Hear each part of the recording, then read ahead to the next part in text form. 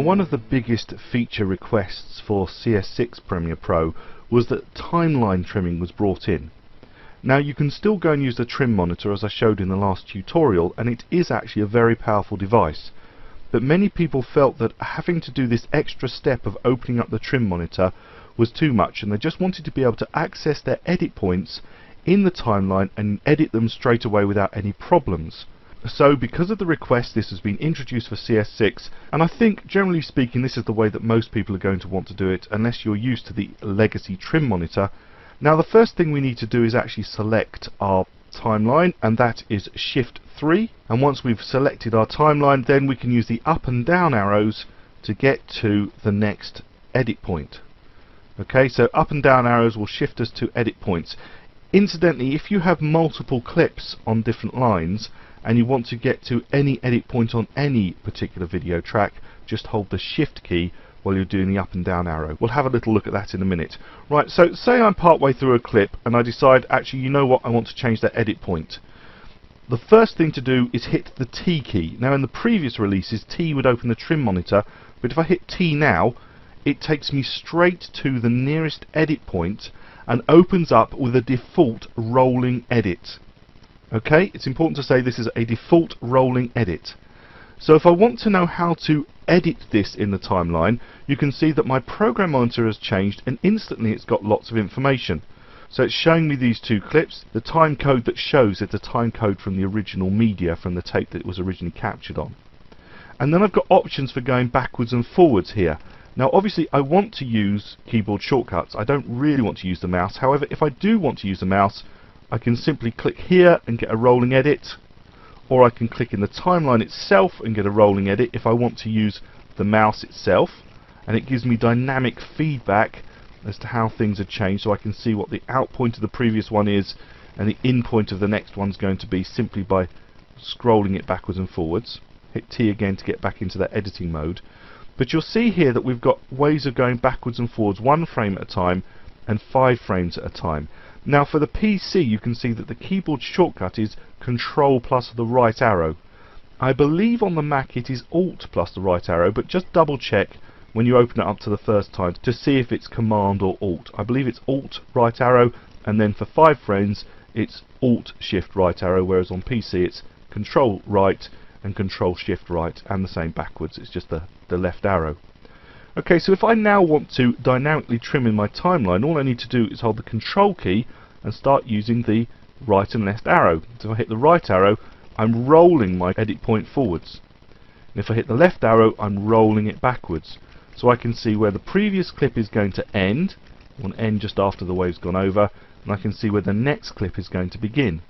So that's how I can actually move forwards. If I want to go 5 frames at a time, for me, on a PC it's Control Shift, on a Mac it's probably Option Shift, and then I can go 5 frames forward and 5 frames backwards, until of course there is no more footage. Okay, so that's a rolling edit. If I then want to go to a different type of editing tool, I simply hold the Shift key and hit T again. Now I've hit T one more time, and that's showing me that I now have a ripple edit. I can see that from the yellow bracket, the ripple edit for the first frame, and I can see up here in the program monitor that this is the selected clip, and I'm going to ripple this one backwards. So again, the same items apply. So if I ripple it, it's going to be Control left or Shift Control left, or Option left and Shift Option left for a Mac. And if I do my Control left for me, I can start to ripple edit less and less of that clip and make it smaller and smaller. Now if I hold Shift and T again, I've got the second clip selected. So I now have a ripple edit on these seagulls flying. So if I hold the Control and the right arrow button, I'm going to start trimming how much of the seagulls I see.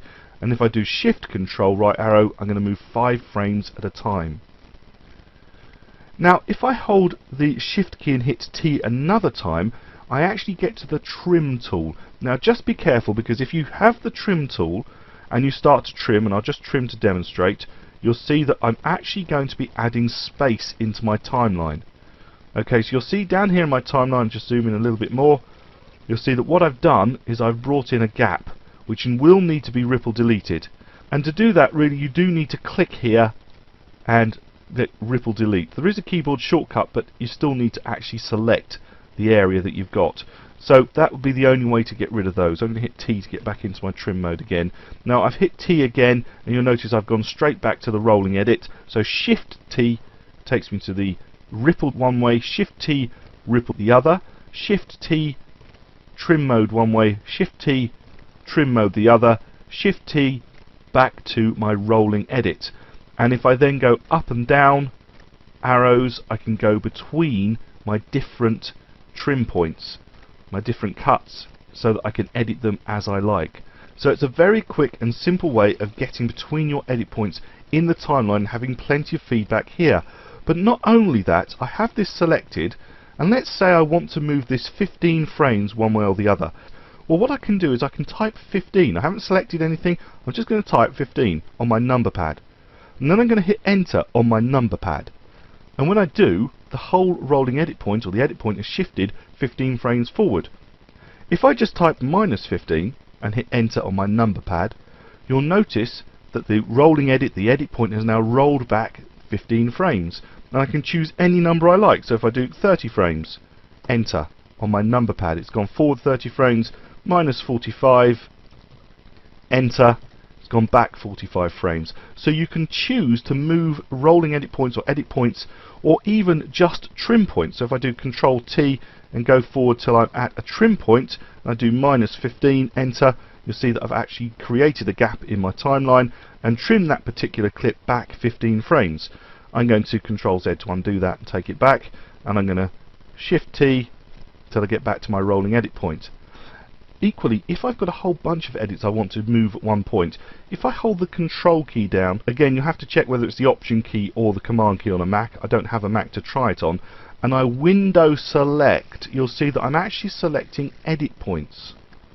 So all of those edit points are now selected because I held down that key. And then if I type in -15, enter on my number pad, all of those have moved backwards and forwards. And I can still use the Control or Alt right arrow button or left arrow button, and Control Shift or Alt Shift right arrow and left arrow to move 5 frames at a time. So you can see that this is a very dynamic and easy way of rolling and changing your clips in the timeline. Generally speaking, you're not going to want to do multiple clips at the same time. So what you're probably going to want to do is go to the first clip and edit it, move it backwards and forwards, and then down arrow to the next clip, and then alter and change that one, down arrow, and just whip through the timeline very quickly to change all these bits and pieces. And as I said, if you've got clips on multiple layers, let's just put another version of something on the top layer. Let's put this seagull on a layer above, and let's have that with, say, the harbour thing here. Just going to trim that down to size.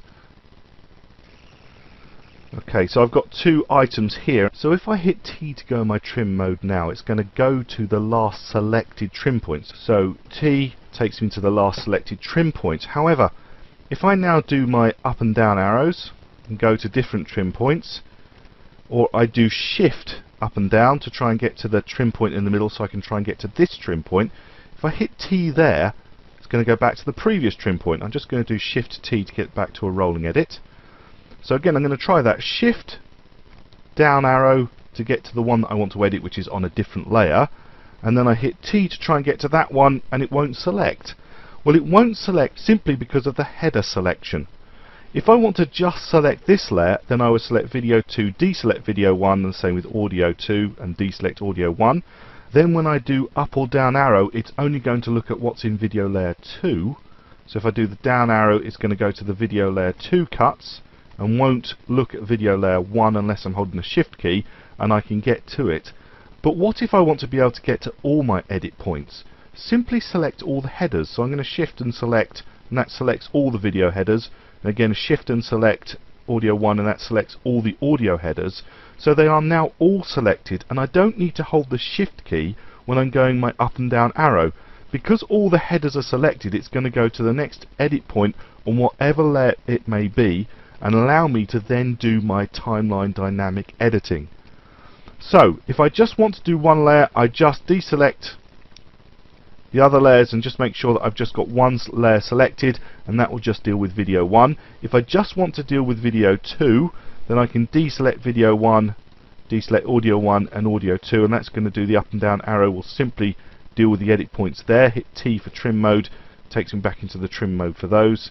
If I want to do all of my trim points and be able to just cycle between all of them without needing to hold the shift key, if I hold the shift key while I select video 1, all the video headers are selected, and if I hit the shift key while I hit audio 1, all the audio headers are selected, and the up and down arrows will go between any edits and allow me to change them as I need. In the next tutorial we're going to look at one other very good feature for timeline editing, and that's called a JKL edit, where you can actually use the standard JKL keys to perform all the edits you need in the timeline.